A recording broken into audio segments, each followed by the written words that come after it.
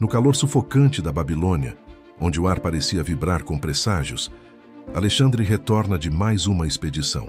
Ele é jovem, invencível na aparência, mas algo no seu olhar denuncia uma sombra que ninguém ainda compreende. O palácio está cheio, generais, escribas, servos, mensageiros. Todos disputam espaço ao redor do homem, que ergueu um império que ia do Mediterrâneo até as montanhas da Índia. Mas naquela noite, algo o acompanha. Uma inquietação silenciosa, como se o destino tivesse sussurrado um aviso que só ele ouviu. E foi assim que começou a última semana do maior conquistador da antiguidade. Alexandre aceita um convite para um banquete privado, onde vinho forte, especiarias e conversas perigosas circulam com a naturalidade de quem já não sabe distinguir aliados de inimigos. À mesa, os generais observam cada gesto do rei. Há admiração, mas também medo. Alexandre bebe, ri, fala de novos planos de conquista, sonha com o mar distante da Arábia. Mas no meio da festa, ele leva a mão ao peito. O sorriso desaparece, a respiração falha. O general Perdicas segura o ombro dele, assustado. Alexandre apenas balança a cabeça, tentando manter a postura de rei. A noite continua, mas o império inteiro muda de rumo naquele instante. A febre chega primeiro, quente, persistente, destrutiva. No segundo dia, Alexandre não consegue mais ficar de pé. No terceiro, sua voz enrouquece. No quarto, ele precisa ser carregado para os aposentos. O palácio entra em estado de alerta. Os médicos se revezam trazendo ervas, infusões, óleos. Nada funciona. E enquanto o rei enfraquece, seus generais começam algo ainda mais perigoso. A disputa silenciosa pelo futuro do império. Os corredores se enchem de sussurros sobre sucessão. Debates surgem sobre quem tomará o poder caso Alexandre não sobreviva. Ele ouve, ele entende, mas não consegue mais responder. No oitavo dia, o rei mal abre os olhos. No 10º, perde completamente a fala. E no 12º, o império assiste ao silêncio mais pesado da sua história. Com o rei morto, surge a pergunta que ecoa há séculos. Alexandre foi vítima do destino ou de uma conspiração? Teoria 1. Assassinato por veneno. Alguns acreditavam que certos generais tinham medo que Alexandre continuasse expandindo o império, tornando-os irrelevantes. O vinho daquela noite, quente, forte e espesso, se tornou o centro das suspeitas. Registros tardios apontam para um possível veneno lento.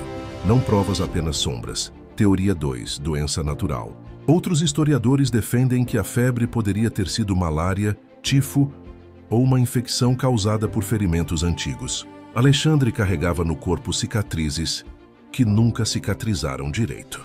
A combinação de exaustão, ferimentos e clima extremo pode ter sido fatal. Teoria 3. Conspiração política.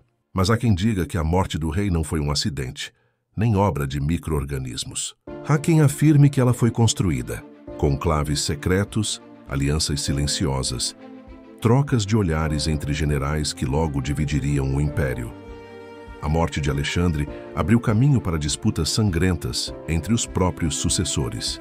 Ninguém concorda com a causa real, e talvez esse seja o maior indício de que houve mais do que a história oficial admite.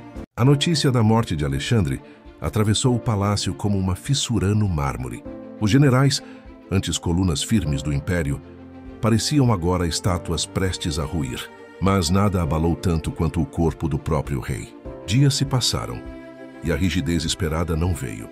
A pele não cedia, o rosto mantinha uma serenidade que lembrava esculturas gregas recém-talhadas, como se a morte tivesse desistido de tocá-lo. Os servos murmuravam que ele dormia sob proteção divina. Os soldados evitavam encarar o corpo por muito tempo, temendo encontrar nos olhos fechados algum traço de vigília. E mesmo entre os comandantes mais céticos, o silêncio ganhava peso. Não era apenas um cadáver, era um enigma que respirava quietude no centro do caos. O império estava prestes a se fragmentar como um mosaico lançado ao chão. Cada general queria a relíquia maior, o corpo do rei. Não por devoção, mas pelo poder simbólico que ele carregava. Quem controlasse a tumba controlaria o futuro, e talvez o destino da Macedônia. Foi nesse clima de tensão crescente que decidiram movê-lo. Mas enquanto a caravana se organizava, ninguém ousava admitir o verdadeiro medo: que aquele corpo tão intacto Era um lembrete incômodo de que Alexandre não pertencia aos vivos, nem totalmente aos mortos. Algo nele permanecia além da compreensão. Algo que parecia observar silenciosamente o mundo que deixara para trás. Sua morte, em vez de encerrar uma era, abriu um abismo.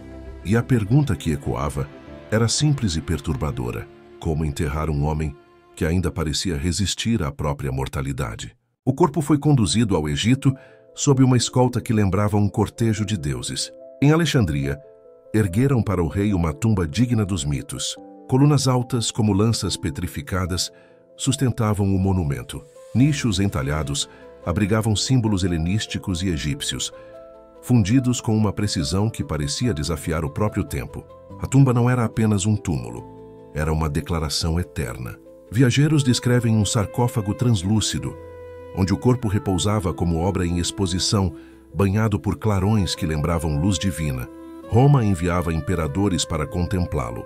Filósofos viajavam apenas para sentir a gravidade daquele lugar.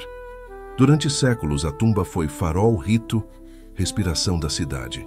E então, de forma gradual e inquietante, ela começou a esmaecer dos registros. Primeiros sinais, descrições mais curtas, menos precisas.